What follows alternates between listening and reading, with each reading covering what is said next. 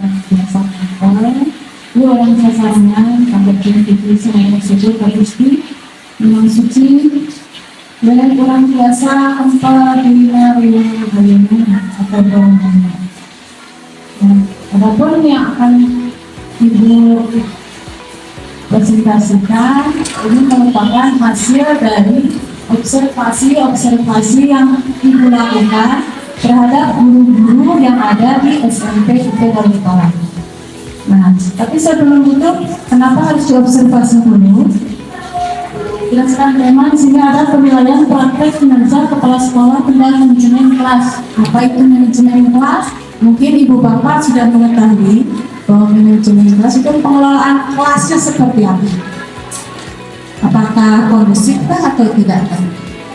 Fungsinya kita menciptakan lingkungan belajar yang kondusif bagi siapa? Bagi peserta didik untuk mencapai tujuan pengajaran secara efektif dan efisien. Itu yang kita harapkan ya Bu ya.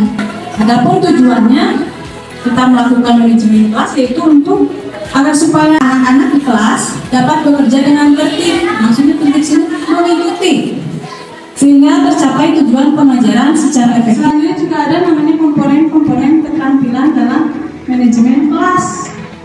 Keterampilan yang berhubungan dengan penciptaan dan pemeliharaan kondisi dalam semuanya, begitu kan? Karena kita harus ada pencapaiannya yang signifikan, artinya keseluruhan, berarti kita harus dicampurkan semuanya kan? Yang pintar, yang sedang, yang biasa-biasa saja gitu kan? Enggak yang pintar semua.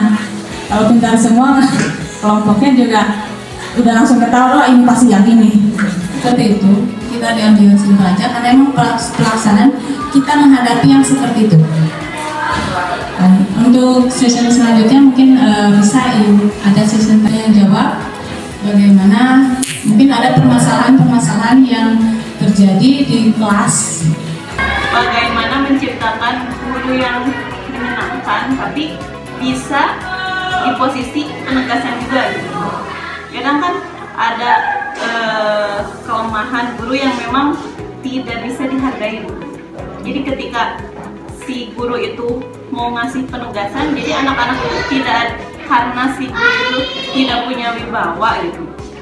Jadi disepelekan oleh anak-anak. Pertanyaannya bagaimana sih bisa menciptakan jadi seorang guru yang memang bisa diajak kompromi sama anak-anak atau berdiskusi atau bercerita juga bisa dihormati oleh anak-anak gitu. Ketika memang ada di situasi yang fokus yang khusus, mereka itu bisa menerima pendengaran yang baik gitu. Terus bisa memahami apa yang kita sampaikan gitu. Bahasa dari siswanya saja atau temannya saja itu bisa dipercaya atau tidak? Mungkin untuk itu untuk alasannya kadang ada yang bilang sakit, yang satu lagi bilang malas.